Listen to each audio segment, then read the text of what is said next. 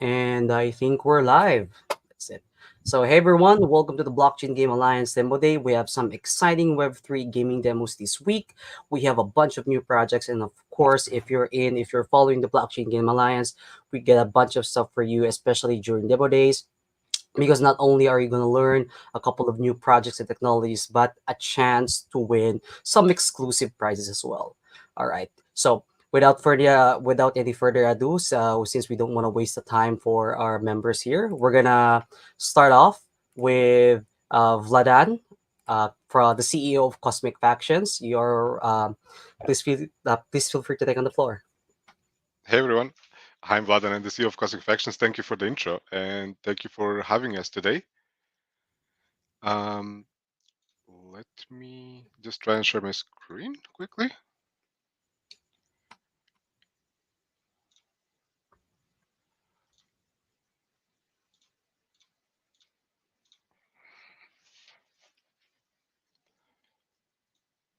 Okay, here we go.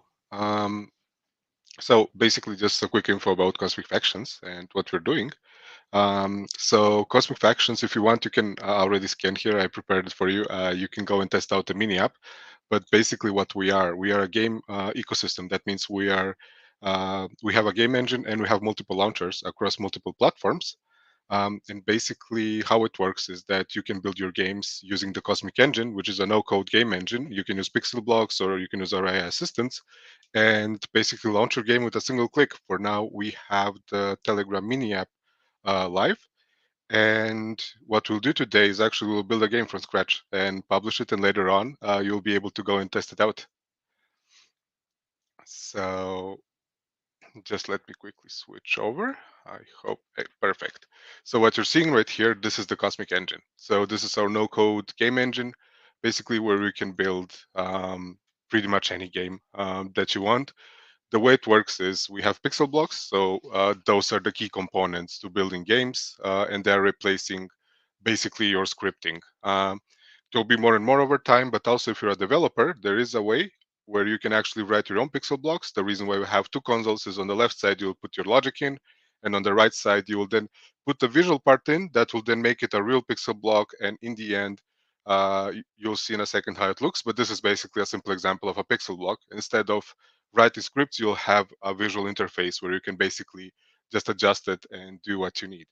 So right now we have a blank project. So since we're a bit limited with the time, what we'll do today is we will basically create two games actually. We'll create a quick game from scratch, which will be a simple clicker game because those are popular on Telegram. And the second one will be from a template. So the templates are basically pre-made games by us that you can use and basically create your game out of it. So let's start then. So we will quickly just go and grab a button right now because we'll need a button basically to click in order to for our game to work with a clicker. We will just basically drag it around the full screen, and this should actually be at 0 because we don't want to go at over screen, and we will just remove this. So what we added right now is just a simple button. It's really not too much. Second thing is let's add the counter. You know, you want to know how often you pressed. So we'll just add a label, and this is a bit small. Let me just put our first pixel block on, which will be, in this case, a font. So let's put that on, and let's just go down. Okay, let's make it like this. Okay, this looks better. I will just move this to the side. Let's adjust it in the middle. So yeah, this should work fine. And let's put it a bit down. And since we're building now for the BGA demo day, we will add a quick image with a logo. Added too many. So let's just go. I prepared here a couple of resources. So let's just drag the BGA logo that we prepared. Let's put it here so everyone knows that we're building this for the BGA. Okay, so let's add some functions because obviously we have now a counter there. We have a button that's basically not doing anything. So the next part would be we don't need the font anymore. We'll need a label in a second, but let's actually do something with the counter. So um, let's add the counter pixel block. Basically, what this pixel block will do is this pixel block will basically help us keep track of what's happening on screen. So we want to increase. One do we want to increase? So this was our button, if you remember. We wanted to increase on wrong one. This one, the button. We wanted to increase when we press it. Okay. And here we want to basically get the data back from it. So once we increased it, we want to change obviously the visual part of it. So this is why this pixel block will be connected to the count. So it knows, okay, I need to get some data from the count, that will increase it here. And he knows, okay, I need to do something when we click basically the button. And we need to also mouse controller. So he knows that we want to click it with the mouse. Let's just do this and let's give it a quick test. And it's working. So let's then, I mean, this is just clicking on the screen. So let's do something more. Let's do some visuals.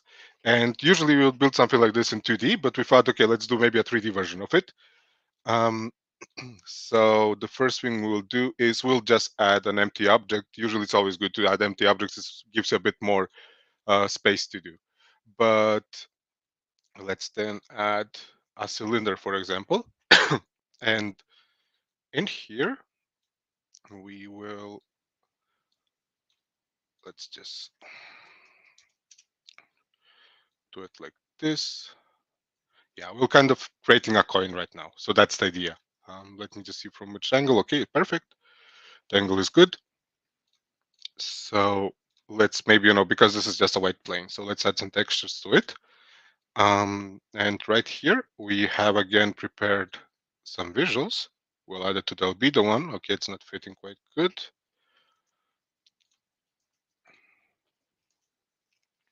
Perfect. So this looks better. Um, then we have our coin basically right now, but it's just sitting there. It's not doing anything. Let's add another empty object and apologies. And in this empty object, let's add some pixel blocks. So let's make this, when we click it, for example, we want to have some special effects. So let's just add a sprite 3D. Oh, we need to go to the inspector, obviously. So the sprite 3D, what it's doing, it's basically, it's a sprite for a 2D image that will be available in 3D. So we will use the same coin because the idea here is what we want to do is basically just have them jump up. So we need to tell him, okay, look, you need to do those animations and get this one jumping up. So we have it there. Maybe make it a bit smaller.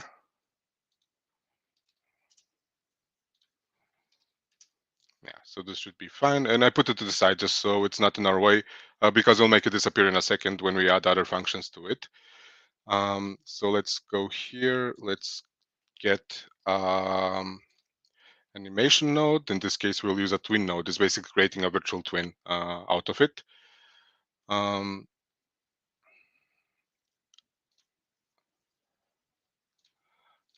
This we need to do a vector 3. Yeah, this is our node. What we want to do is basically let's start with the position because we want it to go up, for example, um, when we click on it. So let's just do that. Vector 3. We just need epsilon because we just wanted to go up. So let's just put 1.5 here. And absolute. That means when it's ready, and pretty much, we want to, when it's ready, that means, when we're clicking or doing something, then that's when it will start. And let's just add another one because maybe, not just going up, but maybe also changing the scale of it. So let's just go and get the scale in this case. I'll go and vector 3. And vector 3 just means that we can control it on 3 sides. In 3D, you have usually x, epsilon, z. Basically, depends on the direction where you are doing it from. So what we want to do here is just make it smaller. So I think, yeah, let's just try with 0.1, really small, just to see how it will behave. Okay, and here we'll basically just do the same as before. Great. Okay, so now we also wanted to, because when it finishes, it just finished the animation, it wouldn't know to do what to do. So we want basically to destroy it once it's done. What we'll do here is we will connect the signal to this, and here he also gets immediately the twins. And I mean, we don't have to set for both. One will already destroy everything. So when it's finished, that means when the animation is done, he will basically destroy it. And right now we just created basically the animation, but nothing else. So it doesn't know when to start, it doesn't know what to do. So what we want to do is to spawn it basically. So we will add another empty node and we will just put a spawner on it. So that's basically a pixel block. And you see all those pixel blocks that they're putting on, usually you would write scripts for those. So this is actually how it works. You don't have to write scripts. You basically just use them, you can combine them, and in the end, you're getting basically a game without writing any code for it. So we got the spawner there. Let's just select what we want to spawn, and this was the node that we created. So we'll take that. Usually we'll also, write the names there and change the names. You can also change colors and organize it, but just, for time concerns, we'll just do it a bit faster. Um, okay, and we need a signal for it so that it knows when. So you remember we put a button here. So we will use again our button and on pressed so that we know that when we press it, then that's when we want to change it. And just quickly for the coin, we will go use another node that will make an animation. We just wanted to jump, but this one, um, basically just a different one. So it makes it kind of, jumping. On signal again, we need to do it when we press the button. We want to scale it, and yeah, we'll just make it smaller. So I think 0.8 should be okay. And here we'll add a camera. Okay, let me just switch this to 50 and let's just quickly see how it looks. It's a bit too big. Let's go a bit more back. Yeah, this should be fine like this. Okay. And for the last part, we'll add again an empty node. We'll add again a 3D sprite like before, and just to add some background to it, so it doesn't really look that empty. So we have also a background here. Let's put it on. Okay, let's go to the camera. Just it's easier to look at it like this. And yeah, we just recreated kind of the BGA logo, and let's just see if it works. And it works, but somewhere the animations went wrong. I probably forgot to connect something because it's not animating. Let me just see. And the animations were on the spawner, and this was the animated. No, this was the animated one. Hmm.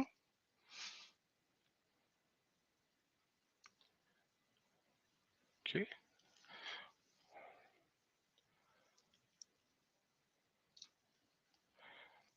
Okay, so let's do this then quickly, just to not overdo our time. We have one actually that we prepared up front, just with the right animations. Um, Let me just quickly set up the camera. This should be fine. Perfect. So this is how, yeah, I just probably, made somewhere a mistake with animations.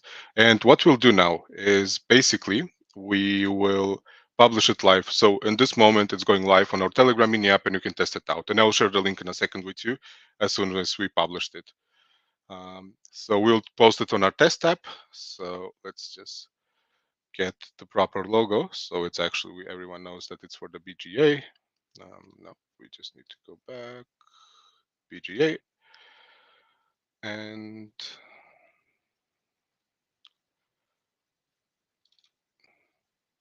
nope, not this one,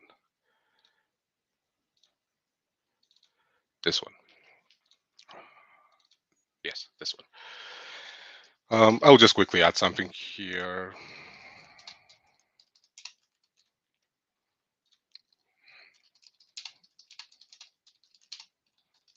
Yeah, so those are basically the descriptions, what you're doing. So we're going to submit it right now.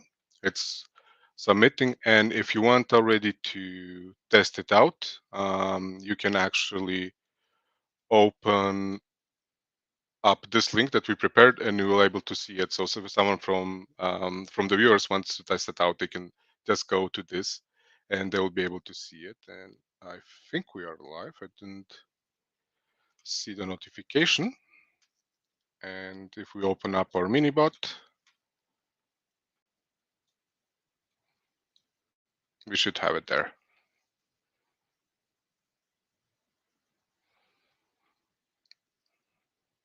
And there it is.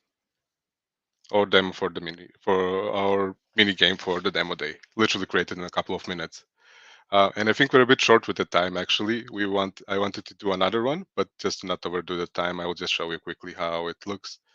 So basically, we wanted to do a template, and a template is way simpler than doing this. So a template, you have already a finished game that's done by us, and this is one of the games that's already live.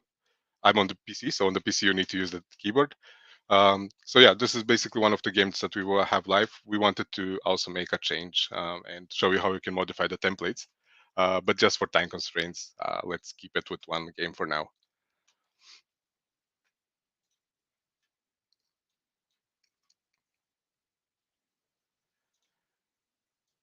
And that's it. That's how easy you can build a game actually in literal minutes. Thank you a lot. Awesome. Thank you very much. That was actually quite impressive. You know, it's the you don't see a lot of game engines out there with no code, especially catered to the blockchain gaming community. So if you want to check out Cosmic Factions, I'll share a link here on the chat. And of course, we won't be moving on, of course, without a question and of course a prize as well. All right. So our question for this specific section right now is, hang on, just let me just pull up the question.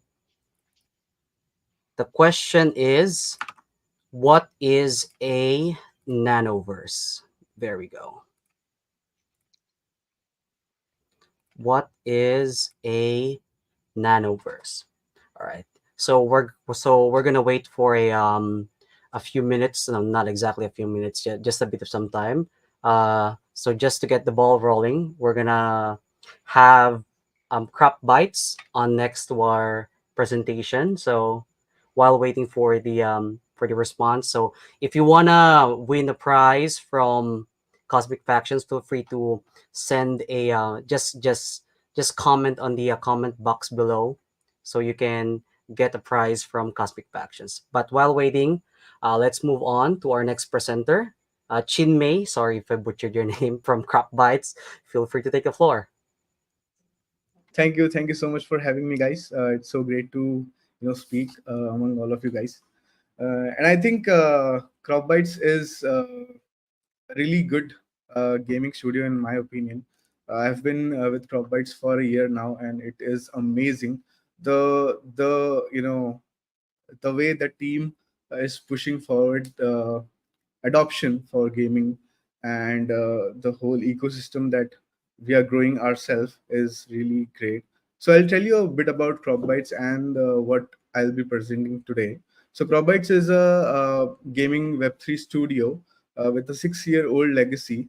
They already have their OG game, which is CropBytes Farms, on iOS and Android since 2018, which is like phenomenal. I don't know a lot of games which are on Android and iOS since way back.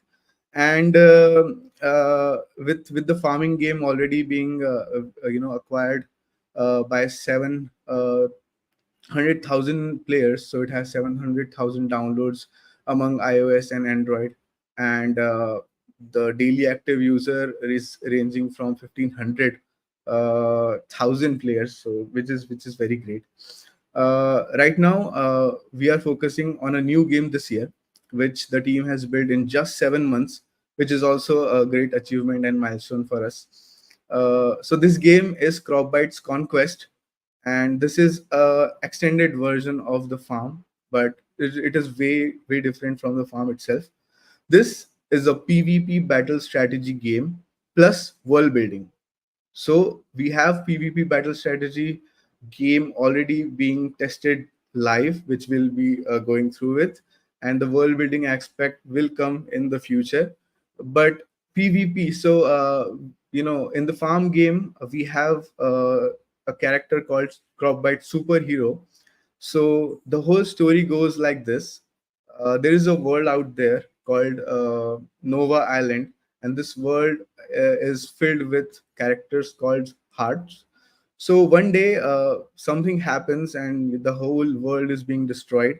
And when the whole chaos is happening, the elder hearts, got together and channeled their energy into creating a new world for the younger hearts before dying. So there is a reborn world where all the hearts are very young. They are just awakening and looking around and getting to know the environment, and they're struggling because they don't know anything about how to survive, right? So that's where a heart cried so hard that a superhero from our Cropbird's farm heard that cry and visited that island, and soon the word got out and all the superheroes ran to go into that world, and these superheroes try to help these hearts survive and to grow their territories. So the thing is now that every heart wants to survive, so they share resources, they mine resources, and the superhero help them get better. And while doing so, it is very obvious that two hearts will somehow interact, and that's when the real battle will start, where the resources which are limited will have to be shared among those hearts. The battle is for those resources.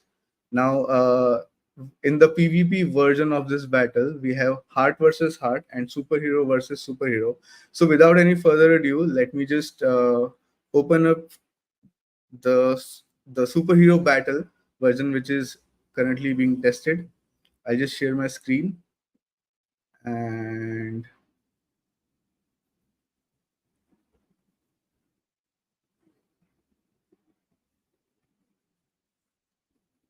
okay,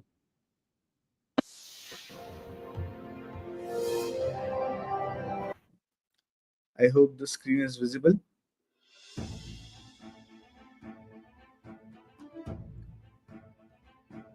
I just increase the sound a little bit so that my voice is also audible.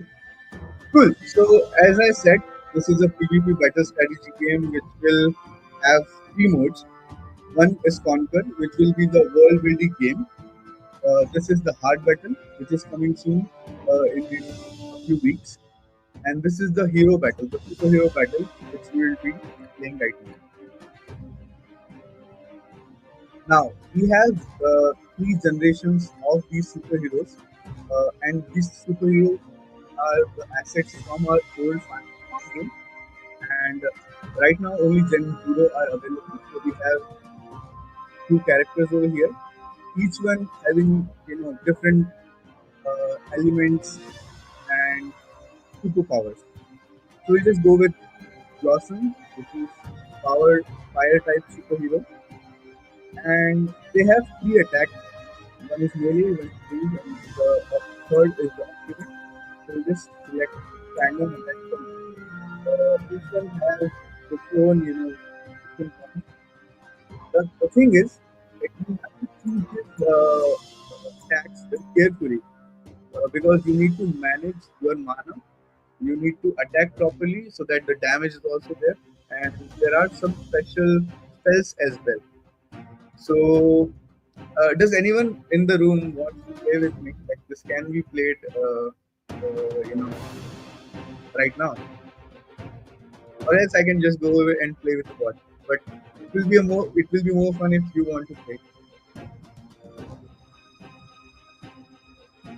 Maybe if you could share the link so we can try to chime in. All right, there we go. So if any of you guys want to join, wants to join, so yeah, just it's not on the link. Hang on, let me just And right now, more than 400 players are already playing this, and one of our own Cowboys player has played this game 800 times. So I'll just go back and show you a leaderboard on screen. See this player, the second player, uh, Alzun Bale, has played 800, and he has played more than this, but he has won 800 matches already, which is like more than 70 hours of playing this game. It is phenomenal. So the love that we are getting from the community is really awesome, and we're really proud to bring this game in just 7 months, and the community supporting us so much. If any of you have opened the game, I'll just share the code with you.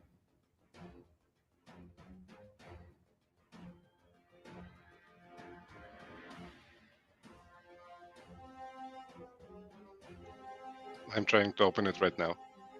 Cool, cool, cool.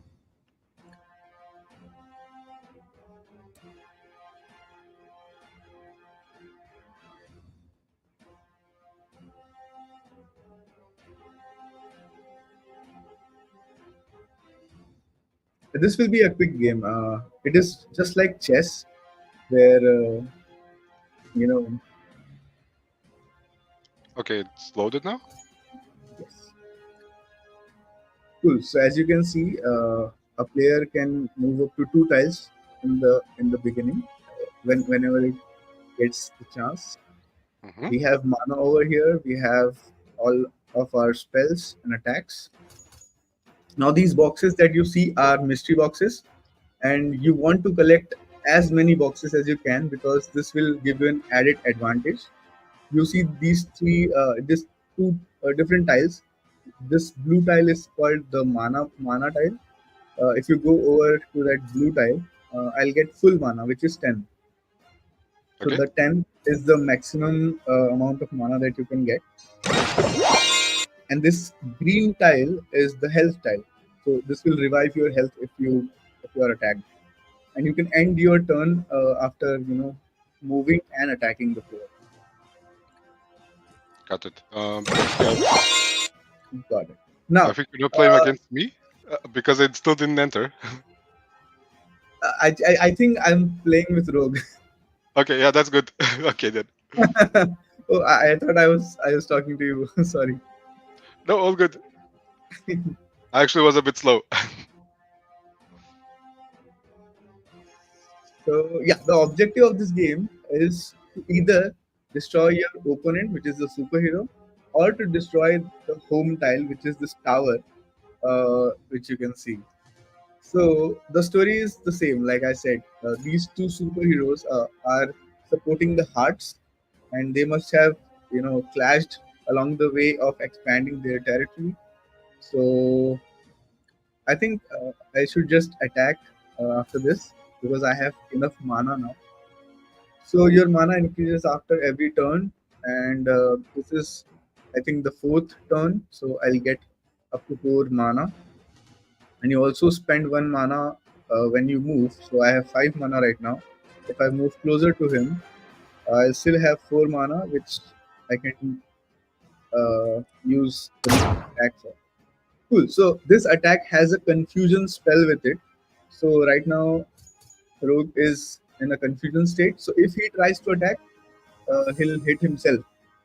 So there are all of these kind of things that you'll have to keep in mind, like this. Like he attacked, but the attack, he attacked himself by mistake.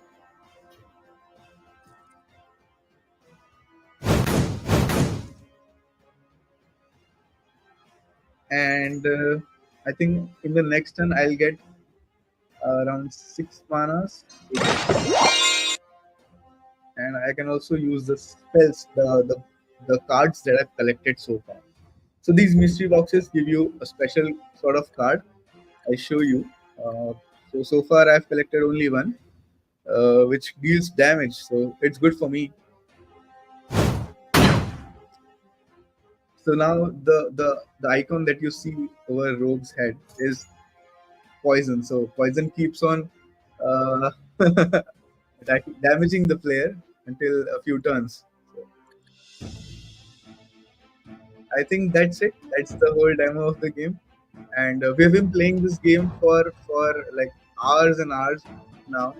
Rematch after rematch, and it's so fun. It's so fun. So far, this is the only version we have came up with. We are coming up with a major update. So the whole visuals that you see right now has is a result of just 1 month of work, and which we were working on it really fast. And there will be impressive upgrades after a few weeks. And yeah, this is the version right now, so it will have more superheroes, more hard battles, and a lot more engaging gameplay for our players. And there are a lot of revenue models for the players as well. Like all the tiles that you saw were hexagonal, and that is for a purpose. These hexagonal tiles are called biomes, and this is just like a land sale that happens in Web3. So biomes can be purchased. You can there will be a land plotting season where you can plot your land to acquire your land in the territory. And then as soon as you win battles, you'll get essence crystal. You can use those essence crystal to mine more biomes, so that you can just expand your whole territory. And yeah, that's how the whole system works. So there will be more games, so more version of this game coming in the future. But so far so good. Thank you so much. Awesome. Thank you very much. That was a very amazing game. I was actually quite hooked. Unfortunately, I got a bit confused with the controls, but anyway, it was a fun game nonetheless. So, if you want to check out Crap Bites, I provided the link down in the comments below. And of course, right now, we're gonna play a little quiz for a chance to win an NFT, a Crap Bite superhero NFT. And the question right now is, for those people who wants to win the NFT, is I'm gonna post it in the comments, is who is the most powerful Crocbite superhero? So we're gonna wait just a bit for viewers to comment down their answers. But while waiting, thank you again, Chinmay, for the presentation. We're now gonna move on to our next presenter, which is Listo.gg. Yes. Thank you, everyone, for having us. Thanks, BGA, Blockchain Game Alliance. Our journey with Blockchain Game Alliance started a few months ago back at Gamescom in Cologne this year, where I met you lovely folks. I got to know about what you guys do. And I think it was Flavian who I spoke with. He was very kind enough to sort of take me through what you guys do. I told him a bit about Listo, and here we are a few months later. Cool. So I'll give you guys a little bit about like an elevator pitch, a background context. Listo.gg is about 3 years old. We started off as one of the one of India's biggest guilds in Axie Infinity, and soon transformed into a social network for gamers where you could create a profile, you could meet other gamers, and also kind of show off your credentials in various games. What we pivoted into this year is a tech platform offering playtesting as well as user acquisition for both Web3 and Web2 studios. Um, we learned this the hard way. Essentially, when it comes to game development, it's very hard to get it right. Yeah, we've all kind of seen that. We've been there, some of us. We might even have launched great games, successful games, and the next one that we want to launch, it doesn't work sometimes. Yeah. So how do we get it right? Well, what we found out is the best thing to do is ask real players, right? And while of course, a lot of game studios run their own QA, quality control. They might even have like a whole bunch of people and players on their Discord community. They're quite biased towards your brand. They already inherently like what you do. So they're more inclined towards giving you good feedback. So what we've done at Listo is we've amassed almost 500,000 players all over the world. People like you and I, some of them make games, some of them are just like hanging out. They have regular jobs, and we've enabled this player community to offer their feedback about unlaunched games, also live games, but so far we've seen most of the traction with unlaunched games, right from prototypes, concepts, playable builds both on PC and mobile, as well as live games. So let me sort of share my screen and get into it. Present. Share screen. Sorry, I'm working with this platform for the first time, so give me a moment. All right, window, there we go. Can you guys see my screen now? Yeah, it's coming through now. There it is. There we go. All right. So, as I said, we focus on primarily two things: playtesting and user acquisition and retention. Here's some of the studios that we've worked with. A lot of Web3 studios, like you can see, Former Car, Fabweld, Gameverse, Unopened. Um, we offer these types of playtesting. Single session, just to understand the first-time user experience of your game. Multi-session to emulate the real player behavior, because no one just plays one session and sort of never comes back. Some people play 20 minutes in the morning, half an hour at lunch, maybe an hour in the evening. And then we have something called as longitudinal studies, which helps gaming studios understand what retention of their game looks like, right? So, how many people who start playing my game on day one actually stick around on day seven or day 10, right? And because we can test live games, we can also understand what, let's say, middle-aged women or Web3 fanatics all over the world think about your competitors' games. Yes. We can also support A/B testing, obviously quantitative research based on surveys, qualitative research based on interviews and focus group discussions, as well as expert user research services. So you have a bunch of expert user researchers who can work with your team to make sense of the data or to construct the playtest in the first place. A quick sneak peek into the platform itself. This is kind of what it looks like. So once we've run the playtest, we give you access to the think aloud feedback from each and every player. So on the left-hand side, you have the video. I'll just go ahead and play it right here. And essentially, this is the player playing an unlaunched game and giving his feedback.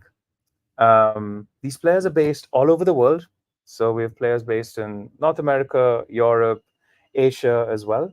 And this player base is constantly growing. We've also recruited some players in the Middle East, South America, and you actually see these players playing a game. It can be yours, it can be a live competitor game, and giving feedback. And the feedback can be good if they're having a good experience. It can be bad because maybe they're confused or they're frustrated, or it can be ugly. Straight up, they just don't like the game. But this is good for you to know because you can make improvements. And when you launch, you've launched a good game, right? So that thereby this increases the chances of your success. So this is what the playtesting platform looks like. I'm also going to take a few moments and talk about what we do on a user acquisition side of things. So over the last 3 years, Listo has managed to work with hundreds of KOLs, key opinion leaders, as well as influencers, gaming communities, which we can tap into to drive results. We've already worked with, like I said, plenty of Web3 studios as well. And when you're just about to launch your game, you need that initial traction. Listo can help you achieve that, right? We have a reach of more than 15 million players, and this is concentrated mostly in the South Asian and Southeast Asian regions of India, Philippines, Indonesia, Southeast Asia. Playtesting, however, can happen all over the world. So this is sort of the bifurcation to keep in mind. Listo also has a platform in itself. So we can have your game listed on the platform. We send out a newsletter to all the registered players. We, of course, have our own Discord, Instagram, a whole bunch of social channels that you can be a part of. And like I mentioned, a whole bunch of gaming influencers using YouTube, Instagram, Discord, Telegram. We've also had a lot of traction with Telegram games, which is obviously something which is growing at the moment. And we have a content creation studio. So our studio can create content and talk about what makes your game so special to play, right? Like we saw Crop Bites, which was super interesting.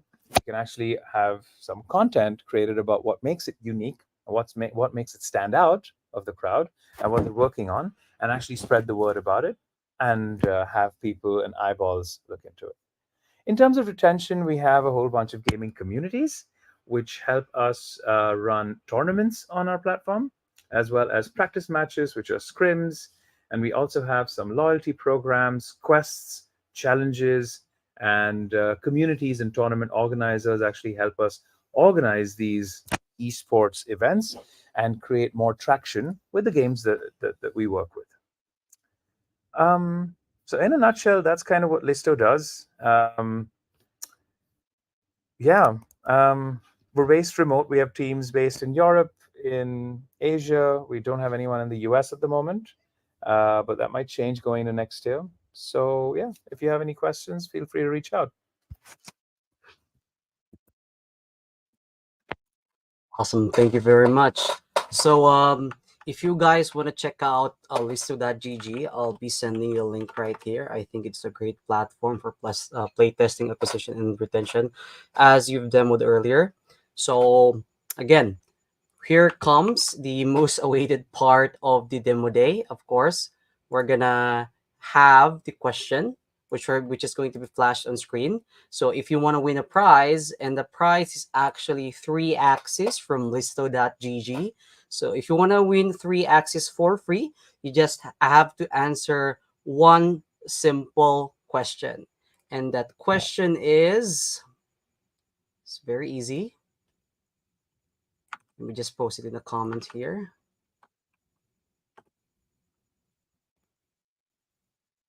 There we go. What does listo.gg brings for gamers? If someone gets the correct answer within within a few minutes, feel free to let us know, and then the winner takes home 3 axes. All right. So while waiting for the answers for the comments, we're gonna move on to our next uh, presenter, which is Efficient Frontier.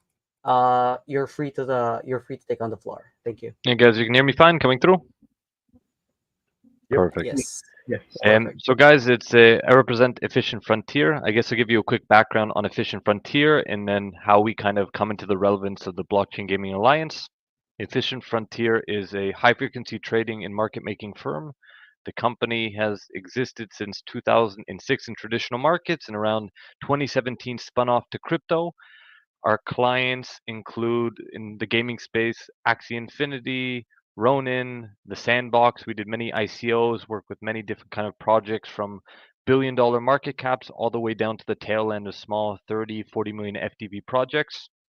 And for us, we've always worked according to regulation, traditional markets. The venues that we trade are Coinbase, Binance US, Crypto.com, all kind of the major venues. But the key being, coming from the traditional market and regulation, we've never done a wash trade, never done any type of manipulation.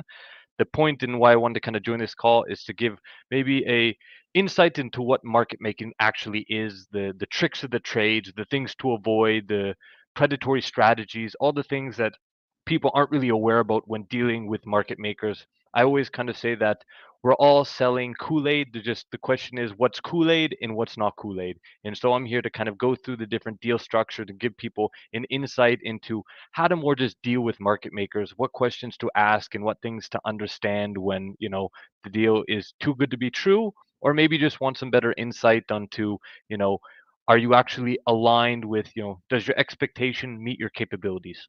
So in general, when dealing with market makers, there's three different kind of deal structures that you go with. There's the retainer, which is kind of the SaaS version. It's API keys, so we're trading through API keys. It's the project's capital, it's the risk appetite, it's their accounts, and we're simply connecting through these keys, the exchanges, and providing a service.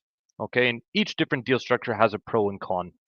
The pro side of dealing with the retainer structure is that yes, it's your capital, it's your fund, it's your risk appetite to make, but it can be made.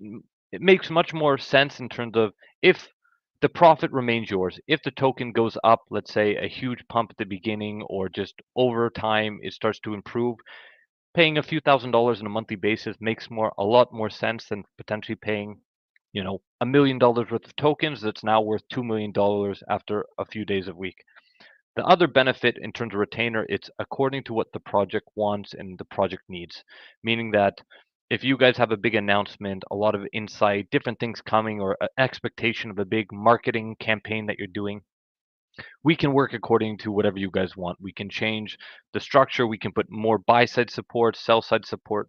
Obviously, when it comes to regulation, we don't want to know the reasons of why we're changing things, providing more support, different things like this. But in general, it's according to what the project needs. Now, another structure which a lot of people are a little bit more wary about in the space is called a loan and option structure. Okay, and a loan in concept is when you give a market maker, let's say $1 million worth of your token, X amount of your tokens, with the ability for the market maker to buy those tokens at a particular price. Now, in general, it's important to understand that during the calculation to figure out when the market maker, what price the market maker is going to buy back those tokens is called the strike price. All market makers in general are going to be selling during the strike price calculation, depending how the deal is structured. Now, it's important to understand, yes, we're selling, but how the market maker is actually working will determine kind of the reputation, if it's predatory. Meaning for us, we're only on the maker side of the book, meaning that we're not actively moving the price down in order to sell your tokens, in order to get some quote currency to be able to provide some support for the buy side. Some market makers aren't doing this. Some are actively moving the price down, taking, and thus they get a better strike price, meaning that the pricer is lower so they can buy the tokens back at a later date for a better price. And them actively taking, they can make sure that they're hedging your token in order to make sure they're protected on the downside. Okay, so it's important to understand during the strike price calculation, market makers, are they taking or are they on the maker side? Another general thing to understand when it comes to the loan and option, or in general, the maker and taker. In general, market maker can liquidate, or an executioner can liquidate between 5 to 10% of the daily volume on a particular venue without putting negative impact on the market. Meaning that if there's 100,000 in daily volume on, let's say, a gate pair. Let's assume it's real volume, right? Not wash trading. We can liquidate between $5 to $10,000 without impacting the price, only on the maker side. And that's the assumption that the token is moving sideways, right? Consolidating. Anything more than that, even if you're on the maker side, will start to put negative sentiment on the token. So the idea is that if you're going to give a market maker $1 million, but over 3 days he's going to liquidate $500,000 worth of tokens, and you only have 500,000 in daily volume, he's not logically able to liquidate that amount without impacting the price. So these are all just general things to ask and understand. Another mixture between the different deal structures, there's a hybrid model. All right, and a hybrid model is a mixture between a retainer, so the SaaS, your funds, your appetite, and then a small loan and option deal. The reason that you might want to do this is because maybe the amount of FDV you have, how big your project is, giving $1 million worth of tokens can be too much of your circulating supply. And even if the market maker is going to work amazingly according to, no conflicts or anything, usually you might piss off the community slightly if you give too much circulating supply to a market maker, especially based on, experiences that we see in the general market. So the hybrid model is kind of a mixture when you have a smaller FDV, when maybe the loan is lower than $500,000.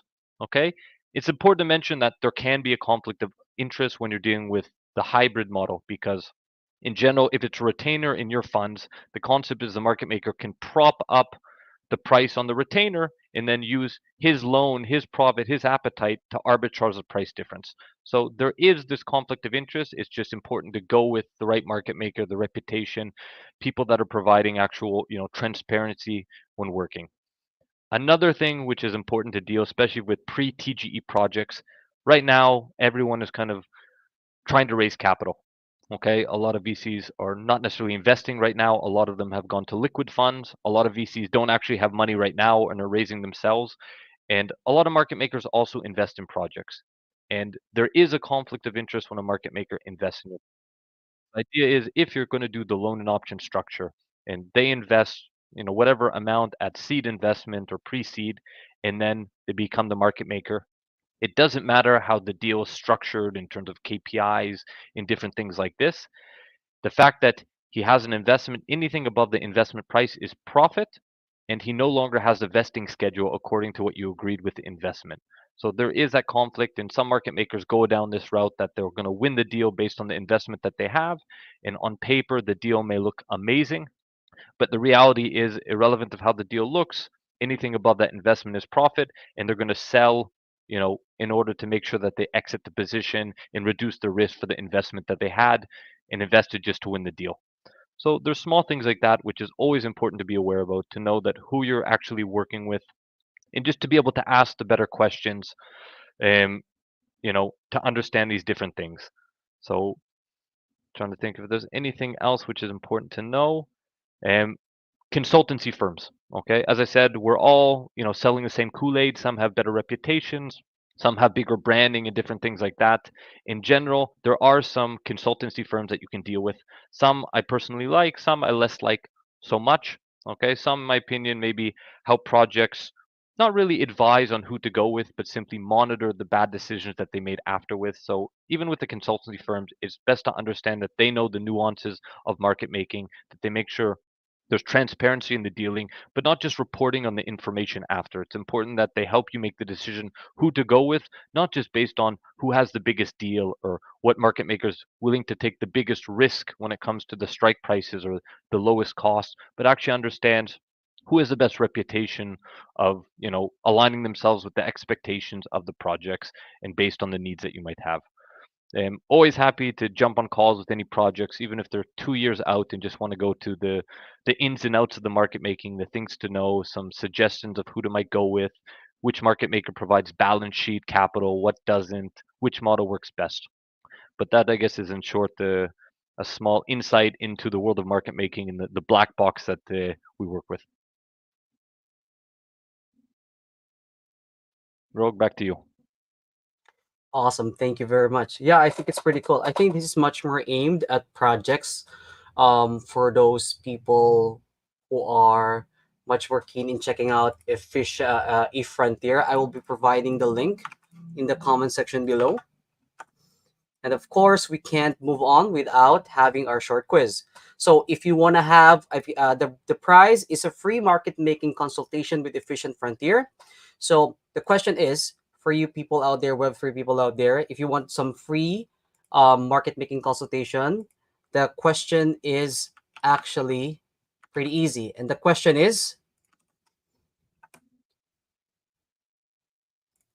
why do many market makers not support Korean exchanges?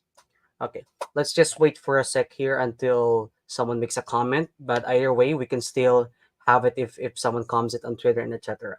And yeah, I think that's it for everyone. Thank you so much for joining our demo day. It was actually fun. We've learned a lot, especially with our fantastic group of projects and services here. We're really glad to have you on the Blockchain Game Alliance. And of course, let's continue building. So, with regards to the form, I will be creating a Twitter thread of all the summary that we've discussed over here and maybe even create a video as well for the highlights. So, for the links, just feel free to send me the links on our private chat here. Any relevant things that you might want to add um, on our discussion here today. Yeah, and I think that's it. And we got our answer. I don't know if this is correct. Yeah, I'm gonna have to confirm with Zach here. Is this correct? Happy to. So it's semi right. It's more to do with in order to. It has to do with the regulation, but in order to market make in Korean exchanges, you have to have a Korean entity. In order to have a Korean Oh, entity, you need to trust a Korean company to be able to send your funds and have the capital, with them. So it comes down to more trust, but I guess he's right because it's regulatory restrictions that you need to have an entity based in Korea in order to support the exchanges, at least if you're supporting it through yourself, your own company. So I'd say all right. yes. I mean, it's a good answer. All right, that's it. Congratulations, Solid Mage. You just won a free market making consultation with Efficient Printer. Congratulations to you. But anyway, yeah, I think that's it. Thank you so much for joining our demo day. Feel free to send the links in our private chat below because I will be creating a thread, a summary of what happened here during our October 28th demo day. Again, thank you so much and welcome to the Blockchain Game Alliance. Thank you, Rogue. Thank you. Thank you, Thank you. everyone. You have a great day. Bye. Have a good one. Bye. Have a good one. Bye bye.